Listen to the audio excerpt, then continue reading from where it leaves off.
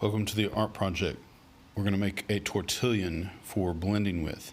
Please give me a thumbs up, subscribe, tap the bell for notifications of future videos.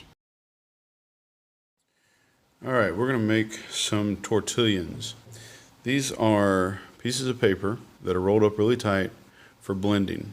This is one that I bought online, and they're good, but my students wear them out. So I'm going to show you how to make your own.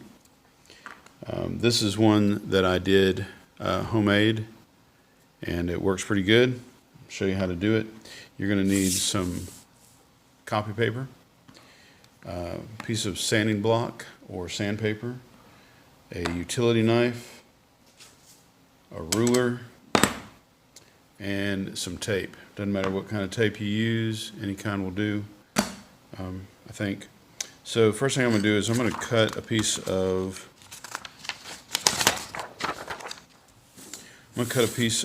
paper. Doesn't really matter what size. I'm going to do it about 3 inches right here. Kind of parallel. Doesn't have to be perfectly parallel. The side that I cut. But I'm just going to cut a piece off. Again, this is about 3 inches.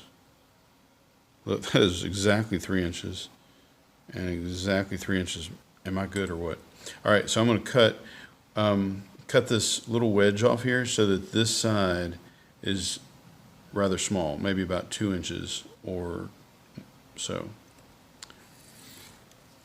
Now, this is important because you cannot roll a really long edge like this very well, but you can roll this, a smaller edge, pretty well. So I'm going to take this, I'm going to use my ruler, which I've got a nice sharp edge ruler. You can use a pair of scissors or the edge of your table.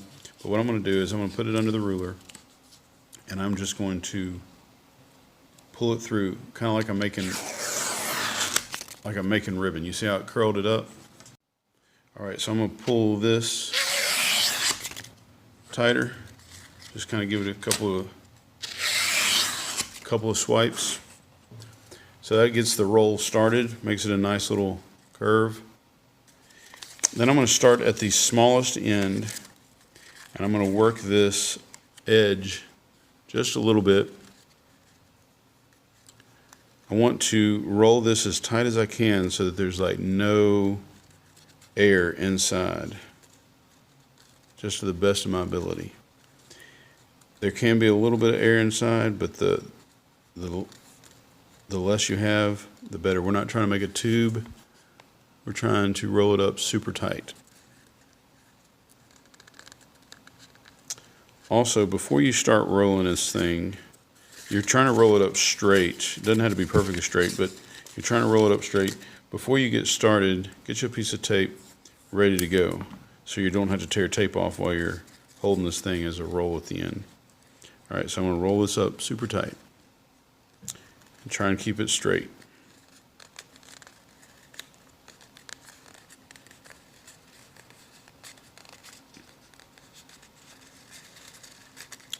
As I'm rolling it, I'm trying to pull it extra tight, not just haphazardly rolling it. I am rolling it tight as I go.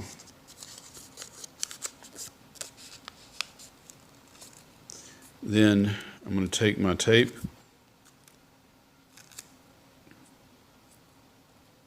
wrap it around there really tight. And you can put more tape down here too if you want to, but it's not necessary for this part of it. You see it's still pretty tight. I'm going to take my knife, and what I'm really wanting to do is cut. I don't know if you can see this very well on the camera, but there's a little bit of hollow, a little cone shape in there. It's not real deep, but I want to cut that off.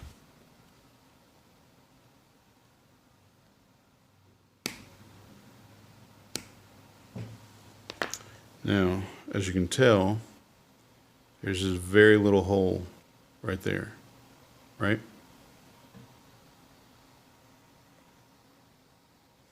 Now I'm going to take it and I'm going to sharpen it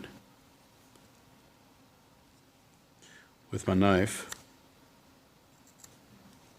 I'm just going to cut. You might want to do this over a garbage can. I'm just cutting this down into a point. making a spear out of it.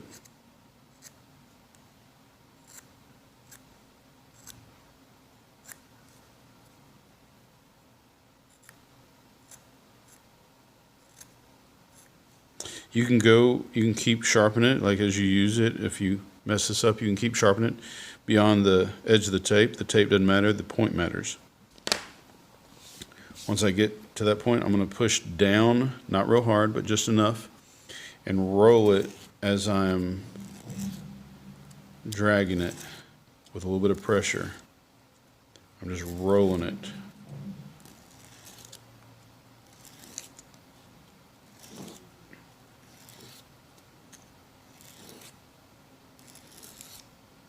There we go.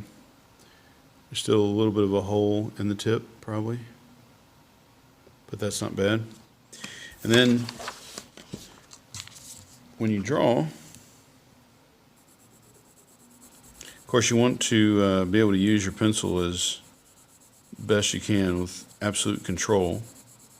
But if you don't like the strokes of the pencil lines in your blending, I'm blending pretty smooth right there. But if you need to blend, you can use this to do it. All right, and then once you have a little bit of, you can see the difference it makes on this side and this side. Then of course you use it to continue getting lighter and lighter as you go.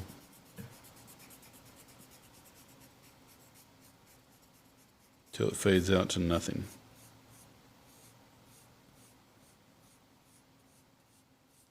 All right, and that's how you get a really nice subtle gradation.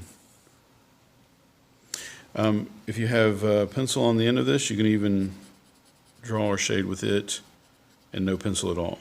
So that is the purpose of a blending stump. I would get one for every hardness of your pencil. Like if you have a 4H pencil and a 2H pencil and a 2B pencil and a 4B pencil and a 6B pencil, get a different one for each hardness and put a piece of tape on it and mark it.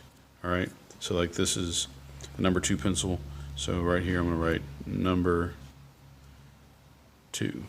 All right, number 2 pencil. Thanks for watching. Subscribe if you haven't already. Give it a thumbs up if this was helpful, and tap the bell to get notified for future videos. Thanks.